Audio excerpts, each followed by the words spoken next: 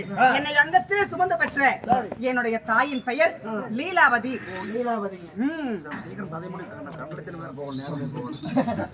அண்ணா, அப்படி இருப்பினும் இன்று நமக்கு தினந்தோறும் என்ன வேலை? காலையில் எந்திரிச்சோம் நம்ம சாணி போடுவோம். காலை கடனை முடித்து விட்டு தாய் தந்தையை சென்று பார்த்து விட்டு அவர் பாதத்தை பணிந்த பிறகு பாடசாலைக்கு போய் நாம் பள்ளி பயில்வது வழக்கம். அதெல்லாம் அப்புறமே பாத்துருவா. தெலுங்குடி போயிட்டு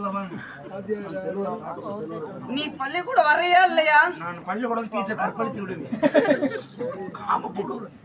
அண்ணா, முதலில் என் தாய் தந்தையை போய் பார்க்கணும்.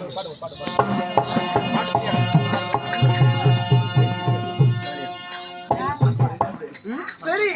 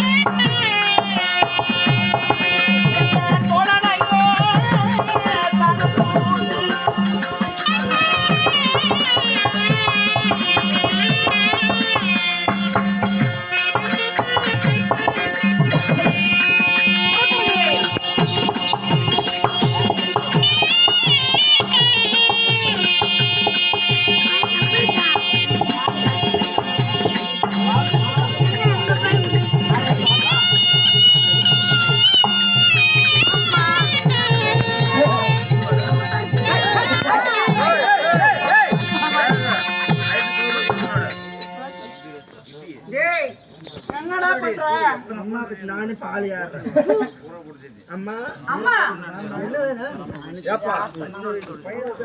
கிழவனுக்கு வித்தியாசம் இல்ல எனக்கு பால் சுந்தர வடிவமானே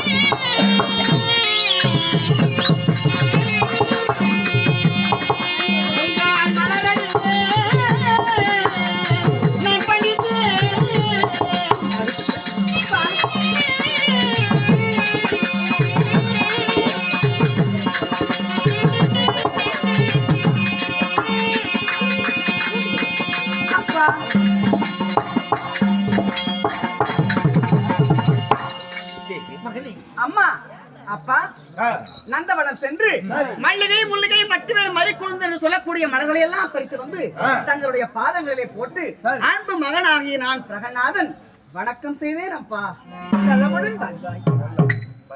ஆனால் மகனே பிரகலாதா, அப்பா இன்று பிறந்ததை போல் இருக்கிறது, அதுக்குள்ள 5 வயது ஆகிவிட்டது.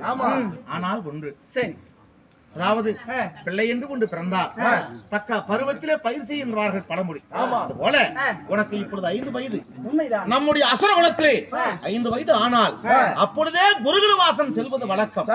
சரி, 4 வேதம், 6 சாஸ்திரம், 64 கலைஞான தத்துவங்கள், 96 இவையெல்லாம் கற்க வேண்டிய ஒரு நிர்பந்தம் உனக்கு இப்பொழுது வந்திருக்கிறதப்பா. அப்படியா? ஆமா, சரி. நீ பள்ளிக்கூடம் போக வேண்டும், பாடங்களை படிக்க வேண்டும். ஆமா, நமது விருதுநகரில் நமக்கு என்ன குறை? அதுதானே செல்வ சிறப்போடு நமது மகனுக்கு எல்லோரோடும் சென்று அவன் பாடங்களை கற்பிக்க கூடாது. என் மகனுக்கு தனி ஆசிரியராக வேண்டும். என் மகன் தனிமையை சென்று கல்விகளை கற்று வர வேண்டும். அப்படியா? அப்படி என்றால் நம்முடைய குலகுரு சுக்ராச்சாரியருடைய மகன் சண்டமார்கன் இருக்கிறார், அண்ணவரை அழைப்போம். அவரிடம் அழைத்து சென்று நமது மகனை பாடசாலைக்கு அனுப்புவோம். ஆகட்டும்.